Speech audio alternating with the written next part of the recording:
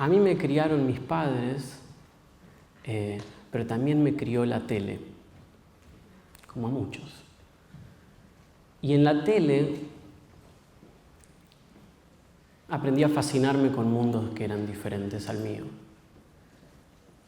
Aprendí a viajar en el tiempo y recorrer con mi mente momentos históricos que siempre supe que no iba a poder presenciar. Y creo que la fascinación por los contenidos audiovisuales y por el arte cinematográfico específicamente tiene mucho que ver con esta licencia que el alma se toma para poder recorrer esos puntos de la historia. A mí las películas bélicas me gustaban mucho,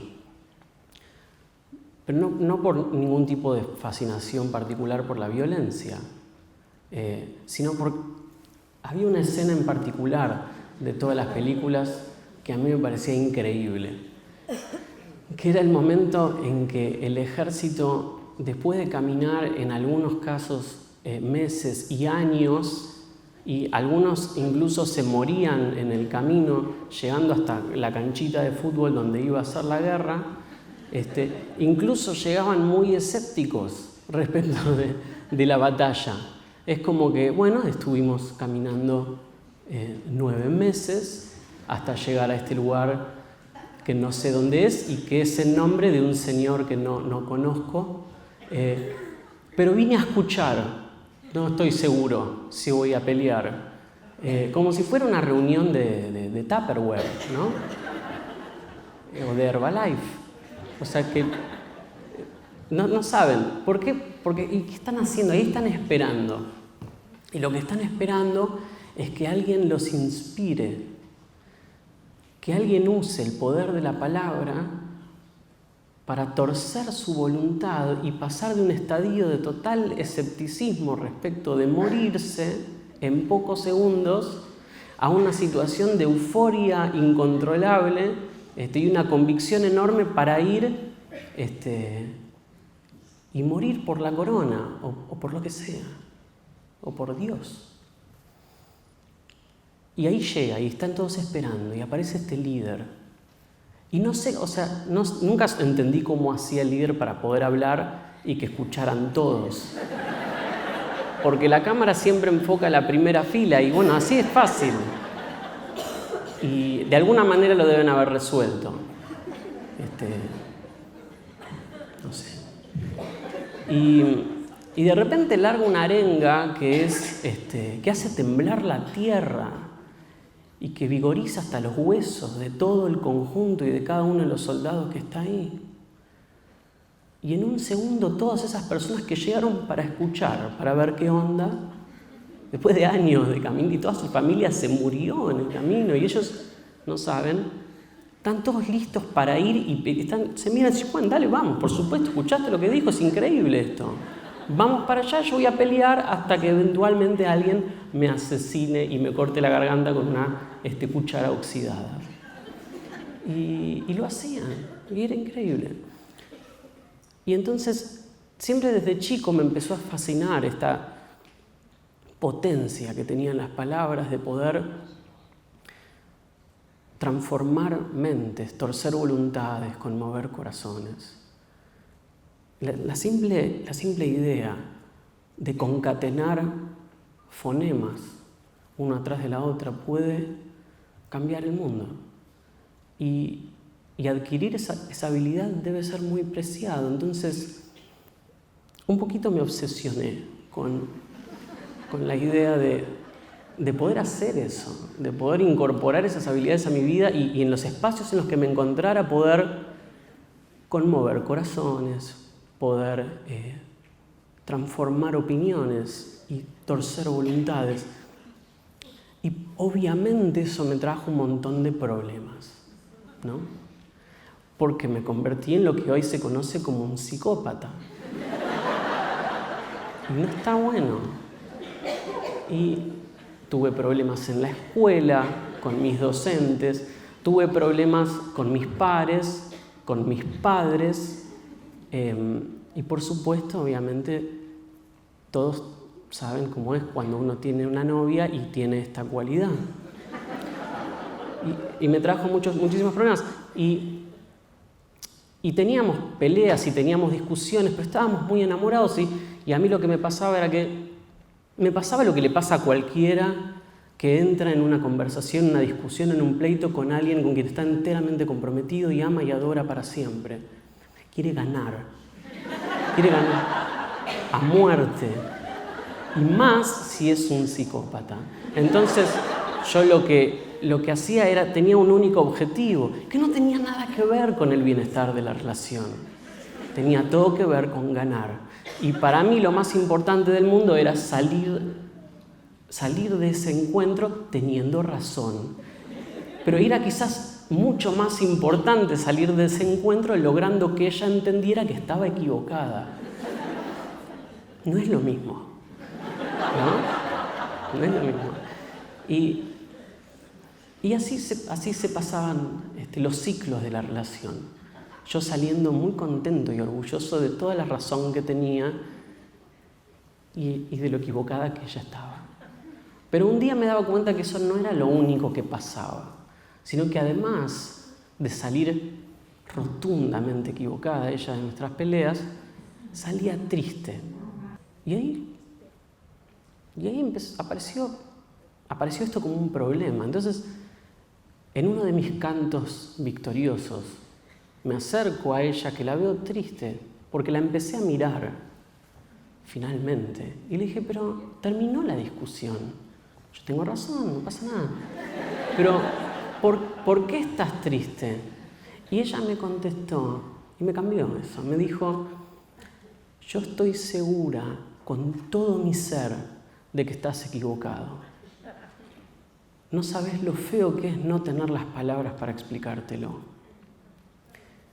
Y ahí me di cuenta de que si yo quería alcanzar un punto relevante en mis vínculos, en términos generales, había algo que iba a tener que resolver sí o sí. ¿Y quién hubiera dicho que era la esquina de la avenida Córdoba y Juan B. Justo, en ese hermoso puente, el que descubrí hace poquito que llaman Puente Sabio, que me iba a topar con este mensaje?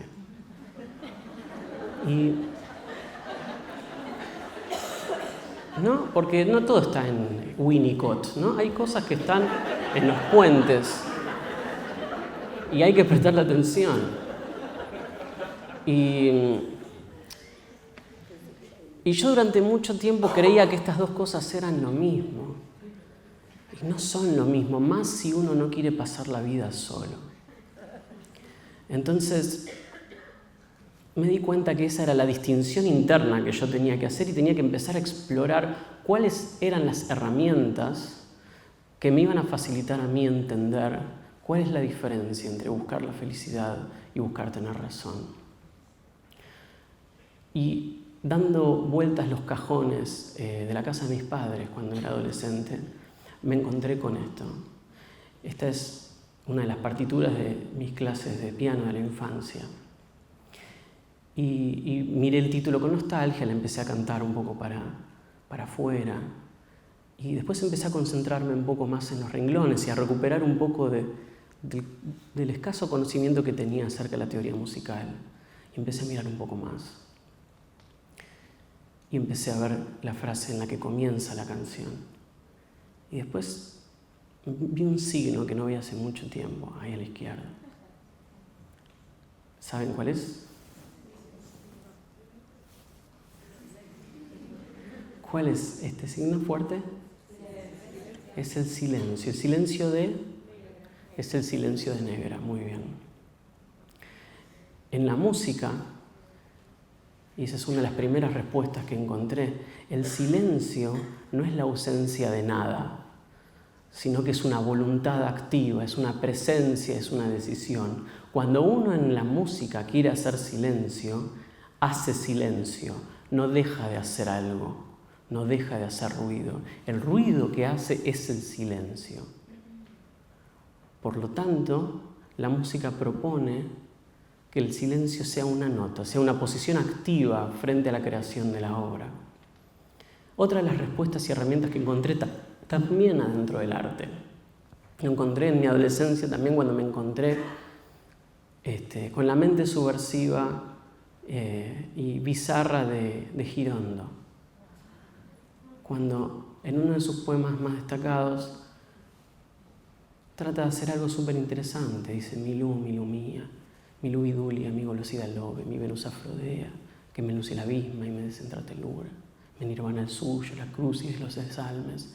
Y una serie de palabras que en consenso entenderíamos que no tiene sentido, pero al mismo tiempo todos sabríamos entender que tiene todo el sentido del mundo. Yo no lo conocí, no era mi amigo ni mi vecino, pero me animaría a apostar de que su intención no era decir que esta era la forma real de definir el amor y la sexualidad, sino que en realidad lo que hace es denunciar la insensatez de la cultura humana de intentar que las palabras logren poder definirlo todo. Y que en realidad quizás una de las gracias de la vida es que haya experiencias y situaciones que las palabras no puedan tocar ni alcanzar, o por lo menos no las palabras tal como las hemos entendido y construido y concebido. Entonces, 2 lecciones importantes llegaron a mí a partir de estos 2 hallazgos. En primer lugar, no todo está al alcance de las palabras. Y en segundo lugar, el silencio es una activa producción de sentido y no es la ausencia de sonido. O como a algunos nos gusta decir, ¿no? A veces es mejor callarse la boca.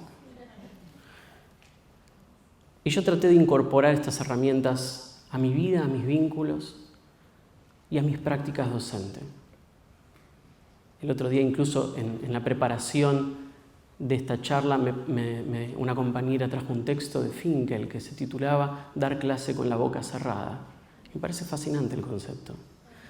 Ahora, el tema es cuando al colegio en el que trabajo traen la propuesta de que Clubes TED sea una actividad central. Y eso en mi caso era bastante complicado porque se trata de pararse, se trata de hablar, se trata de reivindicar la palabra y el valor que tiene y lo glorioso que es amplificarlo en los niños.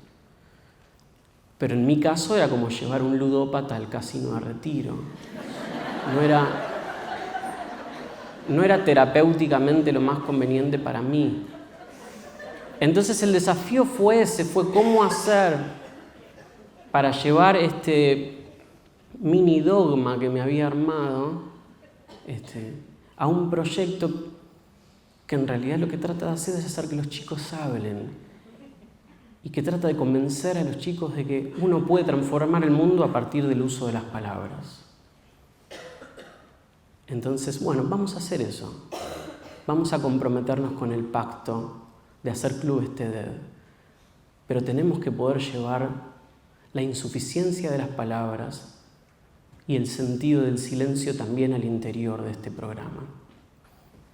Porque además la idea, en definitiva, es que por más que el programa busque celebrar, promover y amplificar el uso de la palabra para la transformación del mundo, para el intercambio de ideas y para la mejora de nuestro entorno, en definitiva todo lo que buscamos es tener experiencias y regalarles experiencias a nuestros alumnos para las cuales no hay palabras y que después nos dejen un buen rato en silencio pensando.